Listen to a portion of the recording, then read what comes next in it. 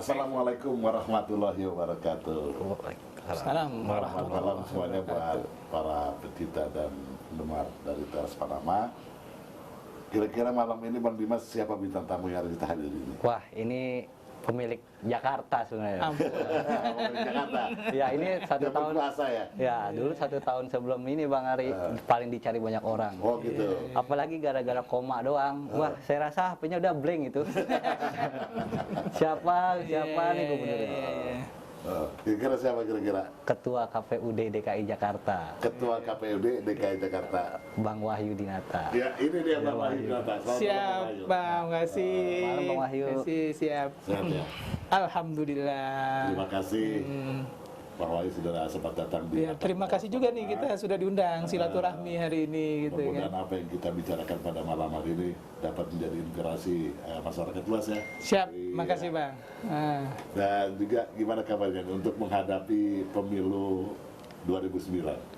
2029 masih lama kayaknya Bang ya. Justru itu Bang, yang masih lama lagi diributin sekarang. Oh gitu ya. Iya. Ya, dinamika pemilu itu kan memang ya banyak orang menganggap kerjaan KPU itu kan hanya 5 tahun sekali. Padahal kalau kita bicara tahapan pemilu itu kan ada namanya pre-election atau tahapan sebelum pemilunya. Ada election period.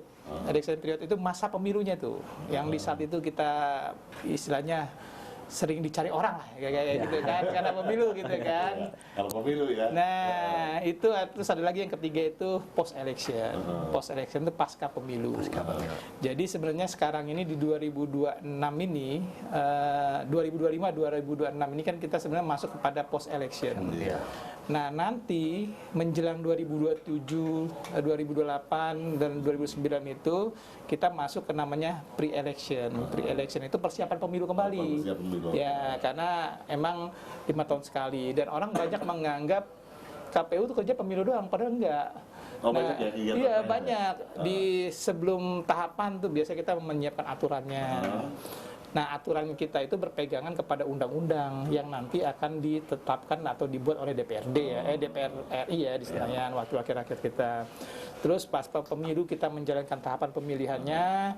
Terus pasca pemilihan kita ini kan sekarang sedang melakukan banyak evaluasi lah, evaluasi perbaikan-perbaikan.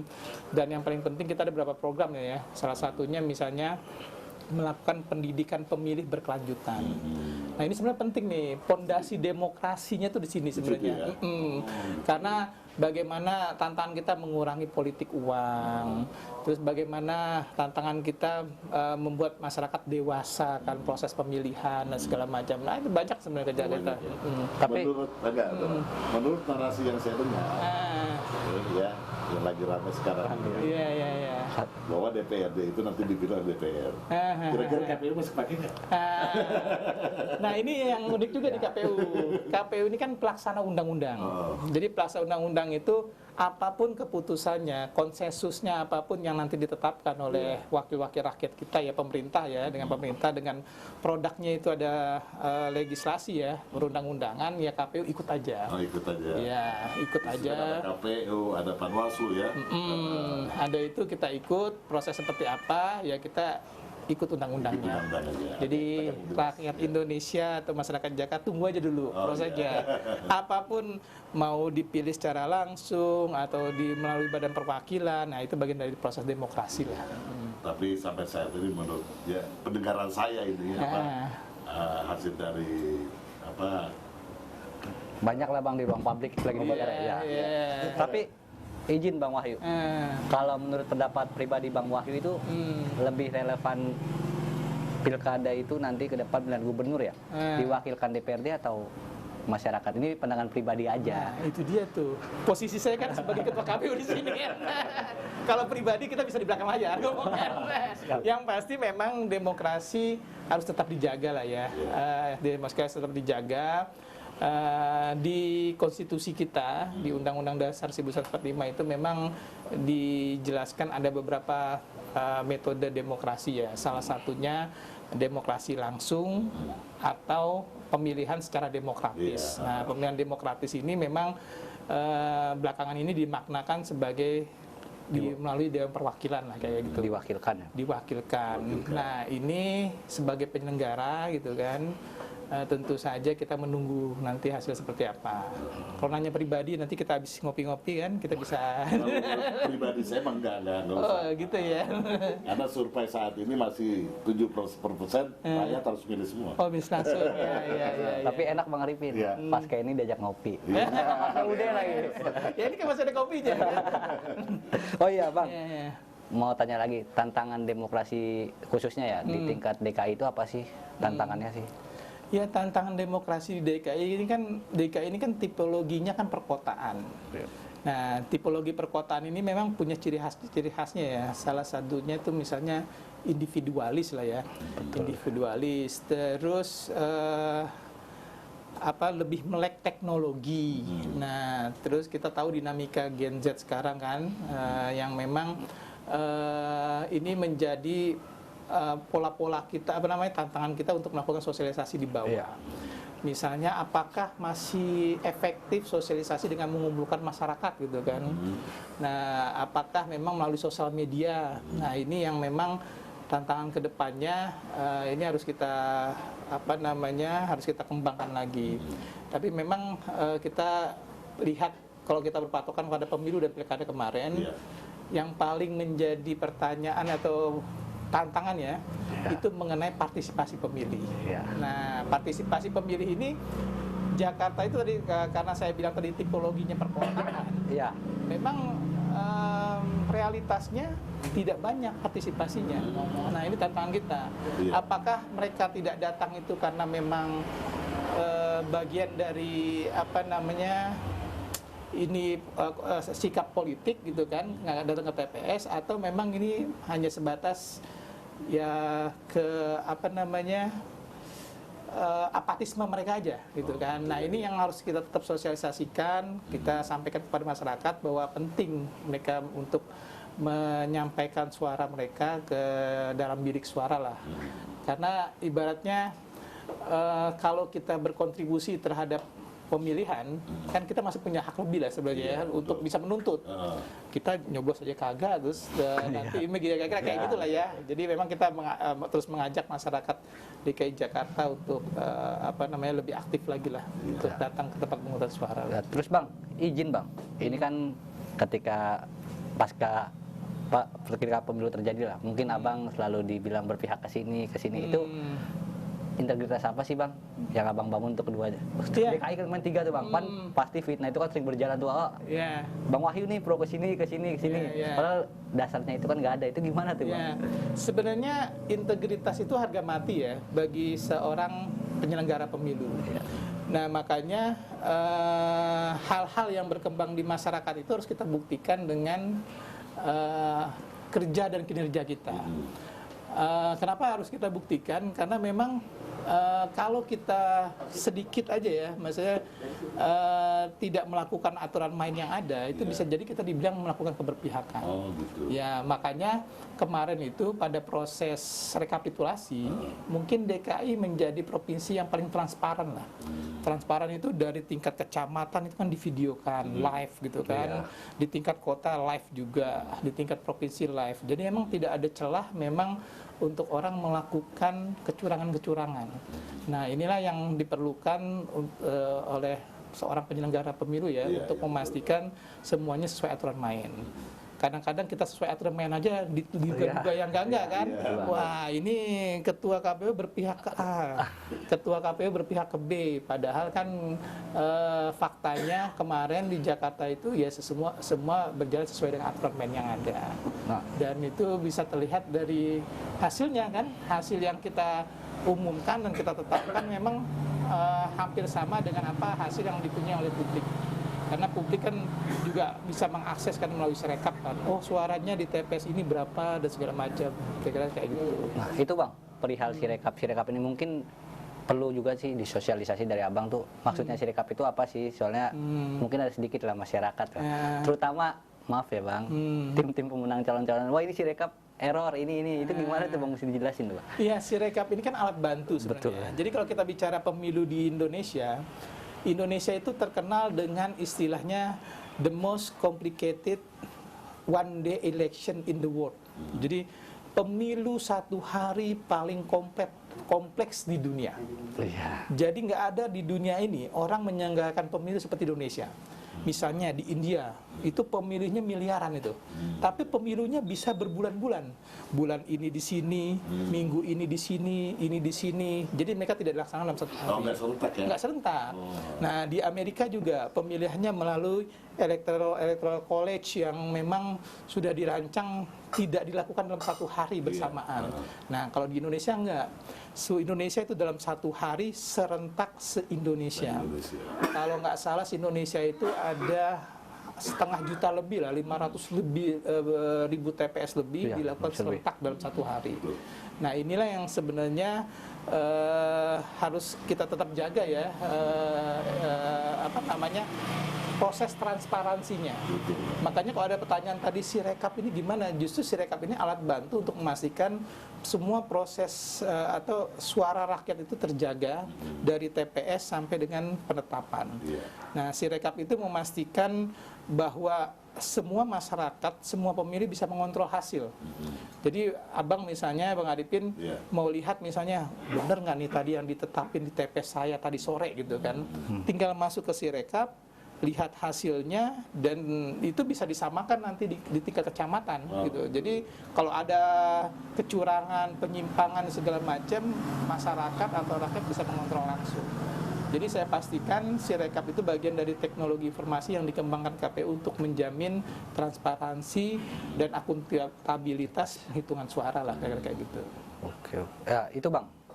Ini kan kemarin ya, banyak juga kan ada ya berita yang berseruan ini kok pada saat dibawa TPS ini suaranya segini Pak, ketika sampai ke daerah atau apa kok berubah, itu kenapa sih Bang yang sering menyebabkan berubah itu? Sebenarnya nggak ada yang berubah ya, nggak ada yang berubah. Maksudnya kalau masyarakat tahu ada perubahan suara dari TPS ke kecamatan, kan masyarakat bisa menyanggah langsung kan, baik itu melalui pengawas pemilu atau ada saksi-saksi.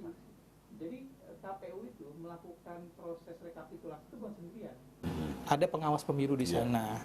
Terus ada saksi-saksi. Terus ada juga masyarakat yang menonton secara live gitu kan. Jadi kalaupun ada miss atau yang menganggap kok dari sini berubah dan segala macam, nah itu bisa langsung diselesaikan di proses rekapitulasi tersebut. Jadi kalau kami sih di KPU memastikan proses rekapitulasi sesuai dengan aturan main yang ada, dan kami pastikan tidak ada suara yang berubah lah, kira-kira kayak gitu. Nah pertanyaannya, kok ada nanti di Mahkamah Konstitusi? Ya itu bagian dari pembuktian kan, pembuktian. Kalau memang pihak yang merasa dirugikan merasa bisa membuktikan bahwa oh ternyata ada perubahan suara, ada namanya mekanisme di Mahkamah Konstitusi. Dan Mahkamah Konstitusi biasanya langsung melakukan putusan ya, entah itu dihitung ulang atau direkapitulasi ulang, atau bisa jadi pemilu ulang kan kayak gitu. Nah itu bagian dari proses demokrasi lah yang kita sedang laksanakan saat ini lah. Nah ini Bang Wahyu, kemarin kan yang dinamika paling panas itu menurut saya di pilkada ya, khususnya di DKI ya, karena DKI kan akuarium lah, akuarium nasional. Itu ketika pengumuman 50,7 itu kan saling bantah nih. Itu Bang Wahyu itu gimana tuh Bang? Bisa tenang, ini gimana sih cara bisa tenang seperti itu Bang? Iya, karena kan pasti kan Bang Wahyu paling sibuk tuh. Yang satu sisi kan, wah koalisi ini partainya banyak. Yang ini kok bisa berbalik angkanya ya 50,7 itu gimana tuh Bang? Iya, kan kami memastikan semuanya sesuai dengan aturan main. Proses rekapitulasi itu menurut undang-undang adalah dilakukan secara berjenjang. Berjenjang itu dari tingkat TPS di kecamatan sampai tingkat kabupaten kota. Jadi selama proses itu terlaksana secara baik, transparan, dan sesuai dengan aturan main yang ada, ya kita berpegang pada itu. Jadi walaupun ada dinamika yang bilang kemarin, wah 1 putaran, ada 2 putaran, nah kita tetap berpegang pada itu. Makanya saya selalu menyatakan mau 1 putaran atau 2 putaran, kita tunggu hasilnya di rekap tingkat kecamatan. Nah, di rekap tingkat kecamatan itulah baru tahu gitu kan, apakah hasilnya sama atau tidak. Toh faktanya masyarakat juga bisa lihat sendiri sebenarnya. Betul. Ya, download gitu kan, dihitung sendiri, dan mereka sudah punya hasilnya. Dan saya yakin terhadap hasil ya, untuk pilkada kemarin itu sebenarnya tidak ada permasalahan. Yang ada permasalahan pada pilkada kemarin itu adalah pada proses yang kemarin dibilang surat undangan katanya tidak disampaikan, padahal kita sudah bisa membuktikan bahwa lebih dari 98% ya, 90% lebih itu surat undangan sudah kami berikan.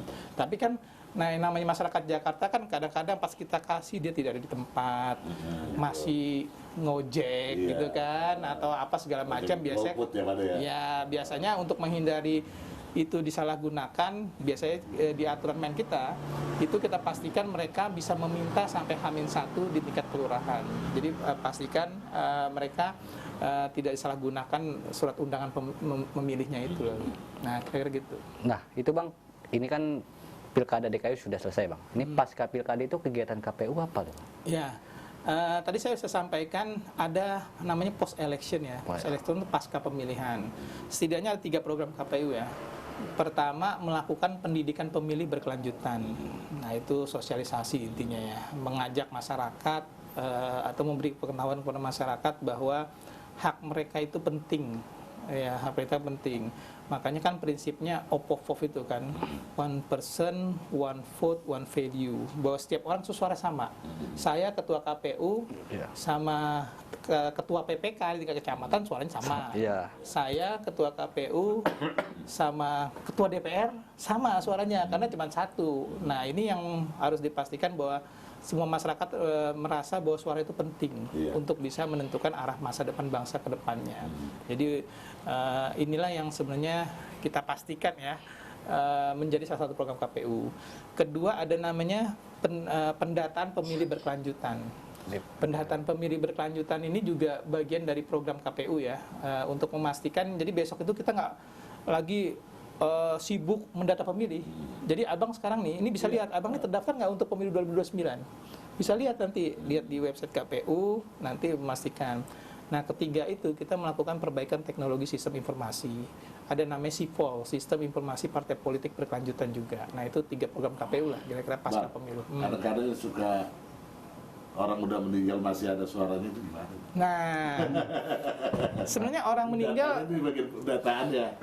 Orang meninggal tuh nggak ada suaranya bang. Nggak ada suaranya. Ya, orang meninggal itu memang kadang-kadang masih ada di data kami karena memang masyarakat ini ternyata masih belum banyak masyarakat yang sadar bahwa ketika dia meninggal itu dia harus mengurus yang namanya surat kematian dan mereka harus melapor ke Dukcapil agar nama mereka dicoret dalam data kependudukan. Bukan setiap tahun itu di data Pak penduduk.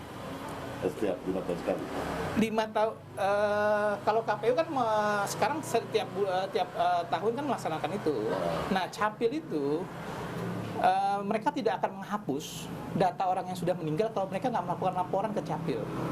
Jadi walaupun Pak di situ udah puluhan tahun itu orang meninggal, tapi nggak dilaporkan ke Capil, Capil nggak bakal memproses atau mendelete orang itu dari penduduk DKI Jakarta, karena nggak ada bukti. Karena orang yang meninggal itu harus melaporkan langsung ya ke Dukcapil, harus supaya biar mereka dicoret dari penduduk. Ya. Makanya banyak yang muncul-muncul itu karena kami nggak bisa hapus juga. Karena kalau kami menghapus, takutnya kami dianggap tidak mempunyai bukti yang cukup. Nah, biasanya hal itu kami tandai. Jadi kalau di data pemilih itu kita kami tandai nih orang ini sudah meninggal segala macam, tapi tetap muncul namanya. Makanya saya bingung kok setiap saya jadi anggota KPP selalu muncul itu. Iya, karena tahun meninggal masih muncul. Kami kan juga kan ini kan melakukan coktas ya, namanya coklit terbatas. Itu juga memang warga juga banyak yang nggak peduli. Udah meninggal kata dia gitu kan. Terus dilaporkan nggak? Ngapain dilaporin, orang dikubur di kampung kata dia gitu kan. Nah, itu makanya status mereka masih ada lah kayak gitu. Itu Bang. Nah, itu Bang. Saya yang mau saya tanya perihal teknologi sih. KPU DKI udah punya server sendiri apa belum sih Bang? Kita ini kan organisasi hierarkis ya. Jadi semuanya kita itu berinduk ke KPU Republik Indonesia. Jadi kita nggak boleh bikin sistem sendiri. Jadi sistem data pemilih punyanya KPU RI, sistem partai politik itu domainnya KPU RI. Jadi kita sebagai organisasi hierarkis ya kita menginduk kepada KPU RI. Jadi ya saya yakin di RI pasti punya server, tapi untuk kita buat sistem sendiri itu tidak memungkinkan karena sistemnya kan kita hierarkis. Terus Bang, saya kan sebagai generasi muda ya Bang, tantangan KPU apa sih dalam mengajak generasi milenial untuk memilih itu apa sih? Ya, sebenarnya tantangan KPU itu tadi di awal sudah saya sampaikan, karena memang beda zaman ya. Kalau zaman dulu mungkin kita ngumpulin masyarakat di RT, di RW dan segala macam masih efektif. Iya, betul. Kalau sekarang mungkin masih efektif juga, tapi tidak maksimal. Ya, Makanya kayak dulu. kita selain di RT RW, kita juga melakukan di media-media sosial ya, semua media sosial. Bahkan kita jemput pemilih tuh. Kita bikin acara kayak kemarin itu misalnya election run. Jadi kita bikin election run, jadi lari gitu kan, supaya Gen Z juga ini. Bahkan kita bikin basket 3-on-3 dan segala macam. Jadi untuk mengajak mereka lebih aware lah ya terhadap proses penyelenggaraan pemilu. Nah itu bagian dari salah satu metodologi kita lah ya untuk memastikan Gen Z ini, terutama penggunaan media sosial. Nah, izin lagi Bang, pasca pemilu itu Bang, yang mau saya tanya Bang, kertas pemilu itu kemana Bang larinya Bang? Soalnya Ya. kan saya sebagai generasi milenial ya, sayang kan nggak kertas gitu banyak. Kertas itu kan nggak langsung jadi kertas Bang, tahu dari pohon kan segalanya. Kertas itu pasca pemilu itu dikemanain gitu? Iya. Jadi di KPU itu ada namanya inventaris barang yang memang disimpan, ada namanya barang habis pakai. Nah KPU kan dulu pernah ingat nggak, KPU dulu punya namanya kotak suara Iya. yang dari aluminium. Iya. Nah sekarang itu udah nggak ada kotak suara dari aluminium. Karena kenapa? Itu ternyata tidak efisien. Karena pasca pemilu kita harus sewa gudang yang cukup mahal untuk memastikan kotak itu dipakai 5 tahun kemudian. Iya. Nah padahal ada namanya barang habis pakai kayak kotak yang kita sediakan itu kotak karton duplek ya, yang Iya. memang setelah proses pemilu selesai itu habis pakai itu kami dilelang ya, dan uangnya dikembalikan ke negara. Oh, gitu. Jadi surat suara semua dilelang dikembalikan ke negara duitnya. Terus bilik suara, kotak suara itu dilelang dan uangnya dikembalikan oleh ke negara. Jadi semuanya kami lakukan sesuai prosedur lah untuk memastikan ya uang negara kembali ke negara lah, kira-kira kayak gitu. Oke Bang, kita ngopi dulu. Oh iya, ngopi dulu. Kita minum bir peletok dulu. Oh, bir peletok ya. Ini bukan kopi, bir peletok. Ini apa namanya, bir peletok ini dibuat dari manggar kelapa kemang. Apa manggar kalau Manggar, iya. Namanya manggar kelapa kemang. Oh, ya. Ya. Dan juga ada bermacam-macam variasi, ada rasa. Kalau itu rasa original. Ada rasa susu, rasa lemon, dan macam-macam rasa. Nanti nomor teleponnya di sini ya, kalau yang minat ya. Oh, udah ada di sini ya. Iya. Di sini boleh juga Bang. Di sini boleh. Jangan Bang, nanti para caleg ngubungin Abang. Ya ini beli pelotoknya mantep ini, malam-malam kita beli peletok ya. Kasih Bang. Bang, kalau mau sambil ngerokok nggak apa-apa. Oh iya. Siap. Nyantai di sini mah. Bang, balik lagi tuh Bang. Nah. Yang ke kertas-kertas. Sebenarnya saya nanya itu sih lebih ke sistemnya. Apa udah siap belum sih kalau KPUD DKI itu menyelenggarakan sistem online itu, secara online? Ya. Kalau di Undang-Undang Pilkada memungkinkan untuk pendekatan teknologi informasi lah ya. Tapi kan memang yang harus dibangun itu kan sebenarnya tingkat kepercayaan publik dulu. Jadi apapun sistemnya kita harus pastikan publik percaya terhadap penyelenggaraan pemilunya. Nah, sekarang ini kan sistemnya kan memang dirancang agar masyarakat bisa melihat langsung lah prosesnya. Tapi kami juga tidak geli ya, bukan tidak geli, maksudnya kami tidak ini juga ya terhadap penggunaan teknologi informasi tersebut lah, kayak gitu. Oh berarti, tapi secara KPUD sendiri sistem itu udah siap belum sih Bang? Atau dari SDM udah siap apa belum? Udah dipersiapin apa belum? Ini memang belum direncanakan. Ya, jadi kami nanti ikut arahan aja. Kalau memang pemerintah atau legislatif ya dalam undang-undang yang dibuat itu nanti di perubahan itu mensyaratkan dengan pendekatan teknologi informasi, ya pasti kami akan merancang sistemnya ya. KPU RI ya akan merancang sistemnya.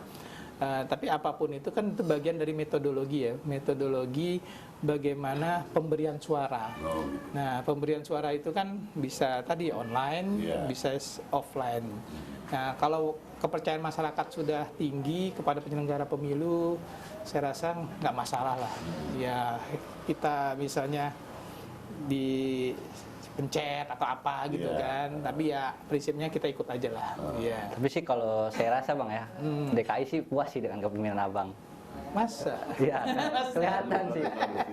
Soalnya dari pas keputusan, dari pas keputusan 50,7 itu Bang, Abang tuh jarang kelihatan tampil atau apa, tenang. Buat ini saya bilang ini tenang kemana Bang Wahyu ini? Tenang menghadapi tekanan apa-apa kiri kanan, cuman masyarakat saat ini puas sih Bang. Dan memang kan gini, pemilu pertama pilkada kemarin tidak bisa dibandingkan dengan pilkada-pilkada yang lain. Kenapa? Karena ini adalah pemilu serentak pertama di Indonesia. Kalau dulu pemilu misalnya 2019 pilkada 2017 pemilunya 2019. Terus pilkadanya 2007 pemilunya 2009. Nah, sekarang pemilu dan pilkada dilakukan di tahun yang sama dan ini memang sesuatu yang baru. Jadi memang tidak bisa dibandingkan dengan yang lain. Nah, kedua, pelaksanaan pemilu dan pilkada kemarin itu di Jakarta ya menurut saya cukup kondusif. Cukup kondusif itu bukan karena KPU-nya berhasil, tapi karena memang menurut saya masyarakat Jakarta sudah cukup dewasa lah ya menerima perbedaan. Kira-kira Abang merasa terganggu kan dengan adanya quick count? Karena apa?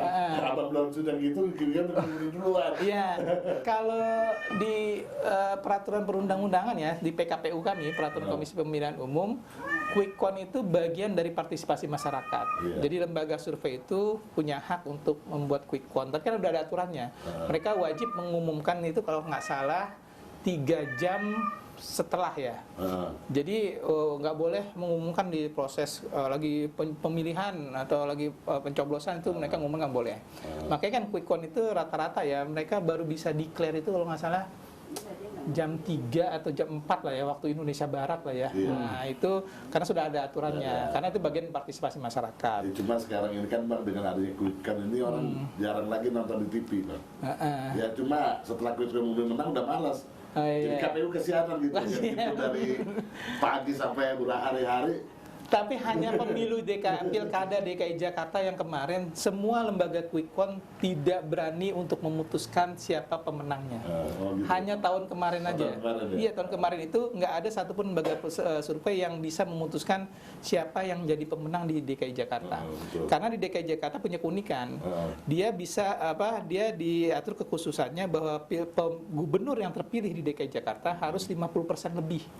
Sedangkan quick count kemarin ada yang 50 berapa, jadi margin errornya itu masih tipis. Jadi bahkan ada salah satu tulisannya lembaga quick count besar ya, yang dia langsung menyatakan selama pengalaman saya melakukan quick count hanya DKI Jakarta pada pemilu pilkada 2024 kemarin yang dia tidak bisa memastikan siapa yang jadi pemenang. Jadi memang demokratis itu sebenarnya pilkada DKI Jakarta. Terus pertanyaannya, apakah KPU bermain di situ? Ya KPU nggak pernah bermain di situ. Jadi KPU memastikan hasilnya. Sebenarnya masyarakat udah tahu lah. Masyarakat kan bisa hitung sendiri hasilnya. Dan KPU hanya melakukan proses itu secara berjenjang dan memastikan tidak ada satupun suara masyarakat yang berpindah atau berkurang bahkan atau bertambah di satu atau dua kandidat yang lainnya kayak gitu. Nah, menarik tuh Bang. Abang kan tadi nyinggung demokrasi Bang. Pandangan Abang terhadap demokrasi di Indonesia khususnya Jakarta gimana sih Bang? Kalau saya kan kita bicara yang formal dulu ya. Misalnya indeks demokrasi di Jakarta itu Jakarta itu termasuk salah satu 5 besar ya, bahkan nomor 2 tertinggi ya di Indonesia indeks demokrasinya. Nah, tipologi perkotaan sih menurut saya demokrasi cukup ini ya, cukup bagus ya, cukup baik di DKI Jakarta karena memang Jakarta ini kan sudah melakukan bahasa pelatihan demokrasi dan exercise ya dari pemilu 2017. Dulu istilahnya ada cebong kampret ya. Terus ya pokoknya ya masyarakat Indonesia udah ini Jakarta khususnya ya karena pilkada Jakarta tuh selalu ketat. pilkada serentak itu kan dimulai di DKI Jakarta itu di tahun 2007. 2007 kalau nggak salah calonnya ada cukup banyak ya pada waktu itu. Ada lagi 2012, 2007 2 putaran. 2012 juga 2 putaran. 2017 2 putaran. Wah, hangat banget 2017 itu kan. Efeknya 2019 waktu itu, ya kan? Iya kan? Efek 2017 itu ada istri sama suami berantem, kakak sama adik musuhan, sesama alumni berantem, keluar dari grup dan segala macam, ya itu bagian dari dinamika 2017 dan 2018. Dan di 2024 sepertinya masyarakat DKI Jakarta sudah dewasa ya terhadap perbedaan itu, makanya agak smooth ya, agak lancar lah. Di samping itu memang peran para kandidat ya, ini penting juga. Kami sangat mengapresiasi ya kandidat kemarin, baik itu Pak Pramono Anung, terus Pak Ridwan Kamil, Pak Dharma Pongrekun, yang memang tidak memainkan isu-isu yang memang sensitif di masyarakat. Ya, pada akhirnya masyarakat cukup kompak dan bisa menjalankan pemilu itu satu putaran. Ya, ini mungkin pilkada pertama yang satu putaran juga di DKI Jakarta. Makanya di DKI Jakarta itu untuk kemarin itu kita beruntung pertama pilkada satu putaran, sehingga menghemat sekitar 448 miliar. Jadi kami mengembalikan uang hibah itu ke Provinsi DKI Jakarta itu sekitar 448 miliar. Jadi nggak kepake tuh? Nggak kepake. Iya. Banyak Bang Arifin. Kalau dihibahkan ke Panama tuh, jadi gitu. Amin. Oh iya Bang, balik lagi Bang ke pertanyaan awal nih. Sebenarnya sih saya sih ini ya lebih ke pertanyaan pribadi sih ke Abang ya Bu. Itu Bang, ini kan ada wacana, ini kan makin kencang ya Bang, wacana pilkada melalui DPRD ini. Iya, tadi saya sempat jawab juga.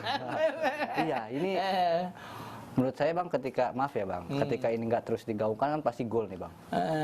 Itu KPU sendiri itu ketika emang ini terlaksana apa nunggu peraturan baru lagi atau gimana tuh Bang? Iya, KPU kan konteksnya sebagai penyelenggara pemilu ya. Karena penyelenggara pemilu kita ikut undang-undang. Kita berpegangan kepada peraturan perundang-undangan.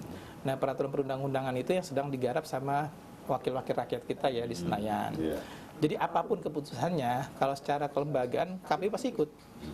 Mau itu dipilih langsung atau melalui perwakilan, kami ikut gitu kan. Mau itu nanti sistemnya seperti apa, kami ikut ya. Kalau nanya pribadi kita tadi saya bilang kita ngopi dulu. Siapa? Yang pasti saya ini kan sebelum jadi penyelenggara pemilu sebenarnya aktivis pemantau pemilu, ya pemantau pemilu lah. Ya. Jadi memang itu proses demokrasi di Indonesia ini kan sudah cukup berkembang cukup jauh lah ya. Kalaupun nanti dipilih melalui lembaga perwakilan, itu bagian dari konsensus politik ya yang nanti ditetapkan melalui peraturan perundang-undangan. Kalau KPU mau ikut aja prinsipnya. Pada saat Abang menjadi aktivis pemantau pemilu, banyak nggak kejadian yang ada pada waktu itu? Jadi enaknya kita karena dulu pemantau pemilu, kita sudah tahu celahnya. Jadi ketika saya ada indikasi gini, udah aja macam-macam, kita udah tahu Pak, ya kayak gitu kan. Jadi enaknya kalau kita pernah jadi pemantau pemilu, pola-pola apapun itu kita sudah paham lah ya modelnya. Makanya kadang-kadang saya selalu mengingatkan kepada jajaran, pertama harus berpegangan teguh pada aturan main yang ada. Kedua, jangan coba-coba gitu kan, jangan coba-coba untuk melanggar aturan main atau tergoda ya, tergoda dengan hal-hal yang memang dalam tanda petik menggadaikan integritas gitu ya, menggadaikan integritas. Nah, itu menurut saya integritas harga mati untuk penyelenggara pemilu dan memastikan semua jajaran juga sesuai dengan aturan main lah kayak gitu. Nah, ini pertanyaan yang paling bodoh Pak. Pada saat pemilu, ya ada nggak orang yang bisik-bisik ke Abang? Ya kalau apapun hal-hal seperti itu pasti ada. Ya, itu kan tinggal masalah teknik kita bagaimana menghindar, bagaimana teknis kita tetap berpegangan pada aturan main. Karena saya rasa siapapun ya yang mempunyai kewenangan pasti akan digoda kewenangan tersebut untuk mereka digoda untuk melakukan pelanggaran. Dan itu pasti ada aja. Jadi kita minum dulu Pak ya. Dimakan bisa dimakan ya. Iya Bang. Berarti Itu kan masalah teknis saja. Teknis saja, Ya kalau dibilang masa nggak ada yang godain sih, masa nggak ada yang apalah. pasti banyak. Mungkin lah gitu kan. Ya namanya, saya ini kan sebelum di KPU DKI kan Saya yakin Bang Wahyu amanah orangnya. izin. Saya sebelum di KPU DKI kan KPU Kota Bang. Oh, gitu. Saya KPU Kota 2 periode. Ya, ya sudah paham lah yang kayak gitu. Prinsipnya kan kita ini kan dalam konteks penyelenggara pemilu tuh yang kita butuhkan adalah kenyamanan. Iya. Jadi kalau kita melakukan pelanggaran kan outputnya kan kita nggak nyaman. Kita nggak bisa berteman sama abang dengan siapapun gitu kan. Kalau kita tidak melakukan pelanggaran kita bisa berteman dengan siapa aja. Iya. Nggak punya beban gitu Bang. Iya. Terus Bang, sebagai anak muda nih Bang, harapan Bang Wahyu apa sih sebagai sama generasi milenial, apalagi sekarang udah generasi alpha ya Bang, untuk menghadapi pilkada ini sih Bang? Ya saya rasa memang harus menjadi pemilih yang cerdas ya. Jadi mau generasi alpha atau Gen Z itu prinsipnya harus jadi generasi cerdas. Nah, generasi pemilih cerdas. Apa itu syarat pemilih cerdas? Ya mereka harus terlibat. Terlibat baik itu pada proses ataupun pada saat pemungutan dan penghitungan suara. Karena tanpa ada keterlibatan mereka tentu saja demokrasi pasti akan hampa lah. Makanya KPU itu di peraturannya menurunkan syarat ya. Yang harusnya kemarin itu KPU itu untuk PPK, PPS itu minimal umur 21 tahun. Sekarang siapa yang umur 21 tahun yang mau ribet-ribet ini kan ngurus-ngurus pemilu kan? Makanya kita kurangin syaratnya jadi 17 tahun. Makanya teman-teman generasi muda itu bisa terlibat lah langsung, baik itu jadi pemilih penyelenggara pemilu atau jadi pemantau pemilu ataupun menjadi pemilih partisipatif yang memastikan ya pemilu berjalan sesuai aturan main di daerah masing-masing.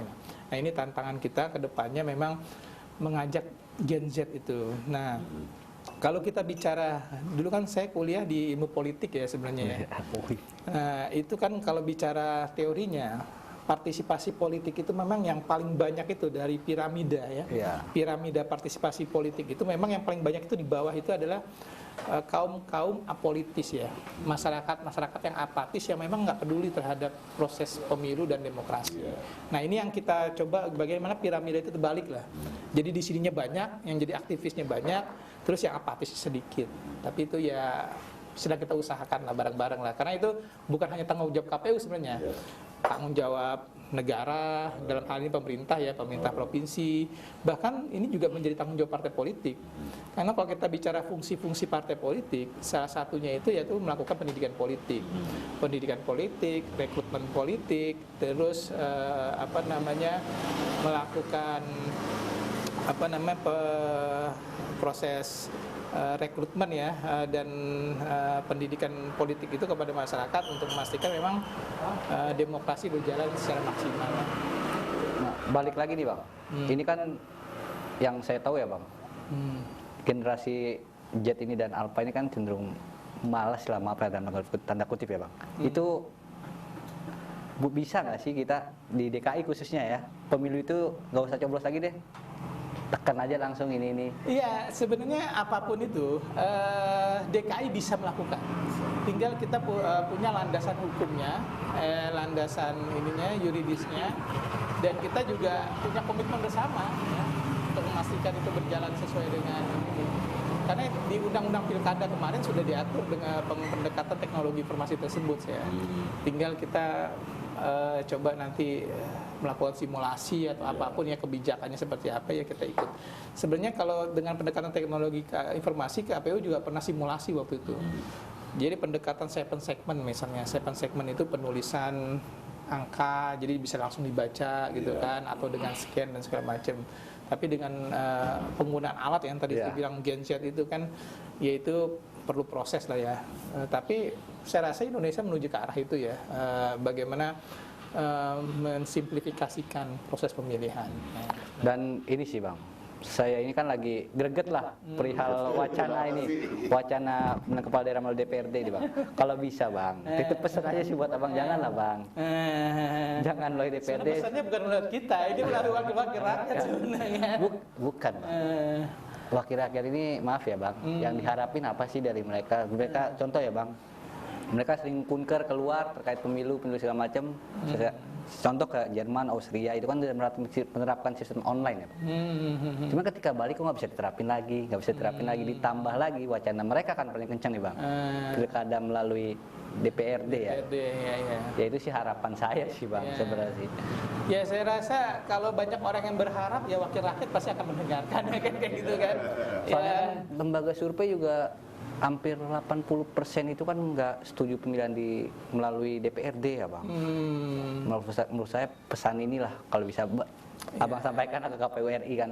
Ini ada pesan nih dari anak-anak Gen Z. Ya itu karena kami sebagai penyelenggara itu kan sebenarnya untuk memastikan memang kita menjalankan peraturan perundang-undangan yang ada. KPU hanya memberikan opsi-opsi aja. Misalnya kemarin saya beberapa kali sudah mengikuti misal seminar internasional ya. Di situ ada perwakilan KPU Korea, KPU Jerman, KPU Selandia Baru dan segala macam. Pokoknya hampir banyak lah itu KPU internasional tuh udah sempat ngomong dengan sistem-sistem pemilu yang ada.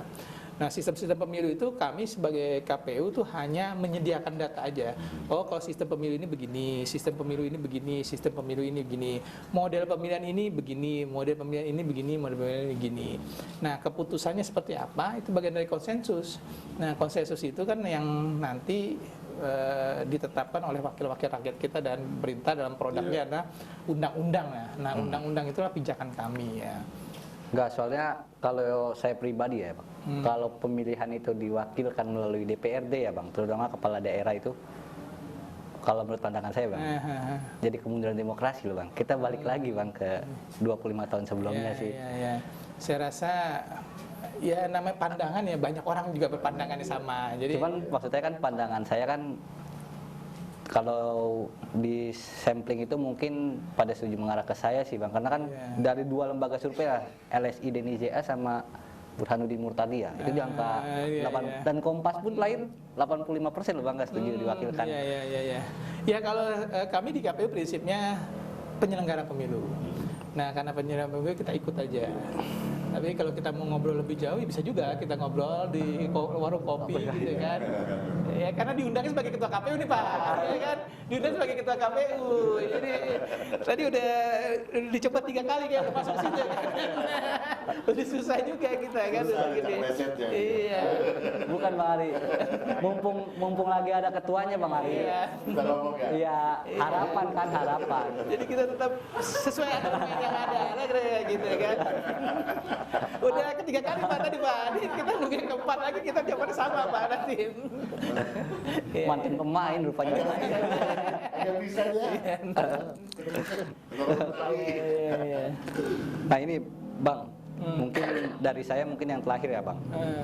Harapan Bang Wahyu sebagai ketua KPUD di pemilihan 2029 dan 2030 apa sih Bang? Pertama, belum tentu kita di 2029 kepilih lagi ya sebagai anggota KPU ya. Iya. Tapi maaf Bang, baru periode awal kan ini Bang? Ya, jadi KPU itu kan masa jabatannya 5 tahun sekali. 2 periode lah Bang. Ya. Udah jelas kok kemarin ngadepin tidak aja udah deck bisa clear gitu. Ya kita kan nanti kalau mau ikut lagi kita ikut seleksi. Tapi kalau sudah cukup ya sudah cukup. Ya tergantung nanti tiba-tiba menjelang seleksi kita ikhtiarnya seperti apa nih. Kita istiqoroh dulu mau terusin daftar KPU, ya. Terus belum tentu kepilih juga gitu kan. Atau memang kita udahlah mencari dunia yang lain gitu kan. Kali aja bisa jadi ini kan podcast di sini lah gitu. Wawancara podcast di Panama misalnya kan kayak gitu kan. Logistiknya berat Bang Ari. Iya. Berarti yang seleksi itu dari tim KPU RI ya? Ya, jadi kalau harapan sih KPU secara institusi tadi saya garis bawahi pertama kita akan ikut aturan main yang ada. Dan KPU tetap akan profesional ya menyelenggarakan pemilihan umum apapun itu ya resikonya, bukan resiko maksudnya apapun keputusannya, baik itu dilakukan pemilihan langsung atau dengan tidak langsung gitu kan, ya kita ikut.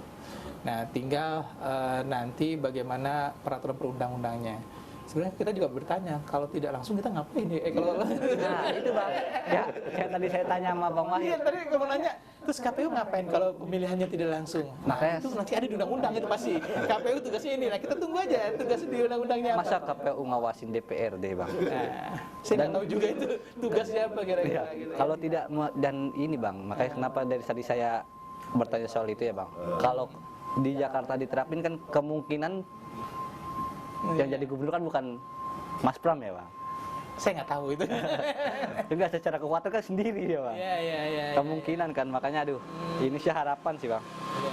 Terus Bang, kesibukannya pasca ini masih sosialisasi terus Bang? Tadi 3 program kita kan melakukan pendataan pemilih berkelanjutan, terus kita juga siap 6 bulan sekali melakukan pendataan partai politik berkelanjutan, sekaligus kita melakukan pendidikan pemilih berkelanjutan. Ya kita menyesuaikan lah ya, karena memang pertama perlu kreativitas, dan kita kan ini baru awal tahun ya. Iya. Kita kemungkinan akan rapat kerja itu ya mungkin di minggu ketiga dan minggu keempat lah ya, setelah kita memastikan semua program berjalan sesuai dengan anggaran dan program itu bisa balance lah kira-kira. Kembali ke teras Panama. Bapak, yuk silakan kita minum lagi. Ya. Kita tadi si pisangnya udah 1 juga. Makan lagi.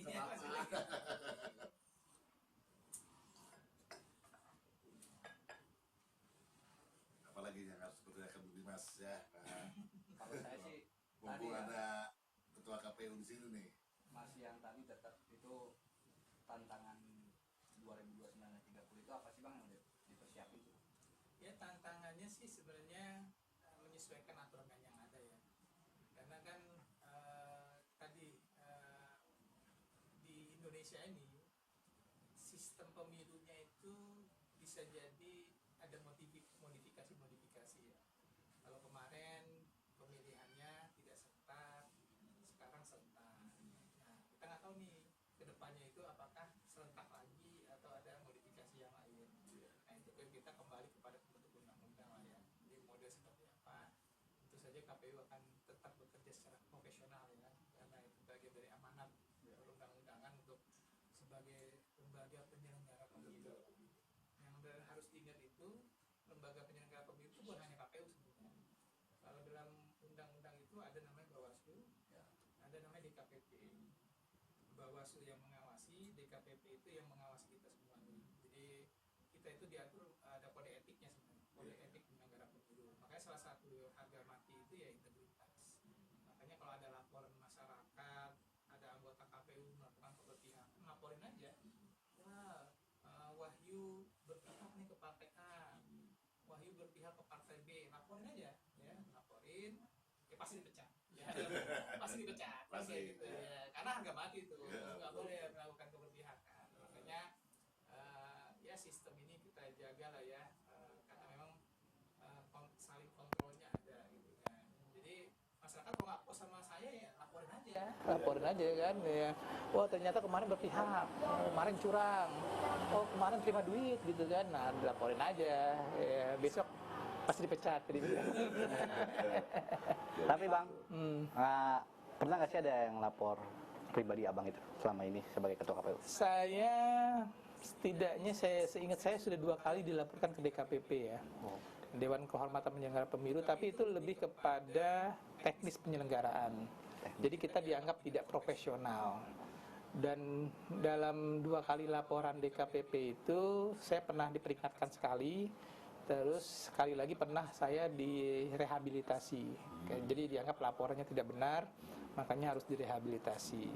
Dan kemarin yang peringatan itu karena memang bukan kesalahan pribadi ya, tapi kolektif kelembagaan. Jadi kita menetapkan suatu kebijakan itu dianggap tidak profesional. Tidak profesional itu bukan berarti melakukan berpihakan, tapi ibaratnya harusnya dari A ke B, kita dari A langsung ke Z misalnya gitu kan. Nah itu dianggap tidak profesional. Makanya lembaga etik penyelenggara pemilu itu bukan hanya mengatur etika seseorang secara person ya, pribadi, tapi juga mengatur profesionalitasnya. Nah ini yang memang masyarakat kalau ada tidak puas terhadap pelayanan KPU, ya bisa juga dilaporin gitu kan, dilaporin karena itu bagian dari kontrol masyarakat ya terhadap penyelenggara pemilu. Misalnya, oh ternyata nggak profesional, kerjanya lambat, terus apa segala macam, ya laporkan aja ke DKPP karena itu memang prosedur yang harus dilakukan masyarakat. Tapi kan DKPP juga pasti akan menerima laporan sesuai dengan apa yang mereka dapatkan. Mereka akan mengkonfirmasi, mengklarifikasi benar nggak laporannya itu.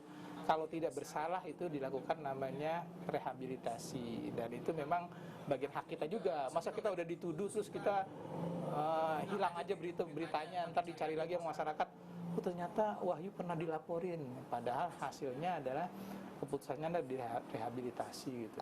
Oke Bang Wahyu, mudah-mudahan Bang Wahyu selalu menerima amanah. Amin. Namanya Iya. Bang, sebelum Bang, ini pertanyaan terakhir nih dari saya. Bang. Menurut Bang Wahyu nih ya, pemilu atau pilkada paling ideal itu apa sih Bang? Gimana sih bentuknya gitu? Pemilu Apa serentak atau berpisah Bang? Menurut yang pandangan keempat. yang terakhir Bang, Terakhir. paling ideal gitu apa pemilihan Iya. serentak apa gimana? Iya, sebenarnya pemilu dan pilkada itu bagusnya seperti apa ya, tentu saja masyarakat yang menentukan lah ya. Ya, memang masyarakat yang menentukan itu ada dua metode. Bisa masyarakat secara langsung atau masyarakat secara tidak langsung, kayak gitu. Apapun keputusannya, yang pasti harus ada keterlibatan masyarakat. Terus yang paling penting itulah menjaga kesucian suara masyarakat, sehingga penyelenggara pemilu itu tidak boleh melakukan pengurangan, penambahan atau perubahan dan segala macam. Jadi kalau suaranya di sini adalah 10, nanti hasilnya harus 10. Nah, pemilu yang ideal itu seperti itu. Jadi sebenarnya kalau kata guru saya, ya, salah satu indikator pemilu demokratis itu adalah predictable procedure, unpredictable result. Predictable procedure itu semua tahapannya transparan. Ya, harus dari A harus ke B ke C, D dan segala macam. Masyarakat bisa tahu. Jadi kalau ada orang ngaku pemilunya demokratis tapi kita nggak tahu abis ini ngapain, itu berarti kurang demokratis. Yang kedua syaratnya adalah unpredictable result. Unpredictable result itu hasilnya nggak ada yang tahu Bang. Pilkada Jakarta, misalnya kemarin, emang ada yang tahu berakhir 1 putaran atau 2 putaran? Ya kan? Nggak ada yang tahu juga kan? Saya juga nggak tahu. Sampai itu saya tetapkan sendiri pas saya lihat, ternyata 1 putaran gitu kan. Nah itu pemilu ideal menurut saya itu ya seperti itu. Jadi tahapannya harus transparan, hasilnya orang nggak tahu. Orang tahu hasilnya setelah ditetapkan. Nah mudah-mudahan kedepannya kita masih dianggap sebagai negara demokratis ya, karena hasilnya tahapannya transparan, hasilnya nggak diketahui oleh masyarakat sebelum ada penetapan hasil. Nah, kira-kira kayak gitulah menurut saya. Poinnya saya dapat Bang Ari. Yang tadi harus ada keterlibatan masyarakat. Satu poin ya. Ya, kalau itu poin dari semuanya Bang. Harus ada keterlibatan masyarakat dan transparan. Terima kasih. Siap. Ya. Dan juga saya cukupkan sekian acara kita. Mohon maaf bila ada kesalahan kata baik yang kami sengaja ataupun yang kami tidak sengaja. Wabillahi taufiq wal hidayah. Assalamualaikum warahmatullahi wabarakatuh. Merdeka. Merdeka.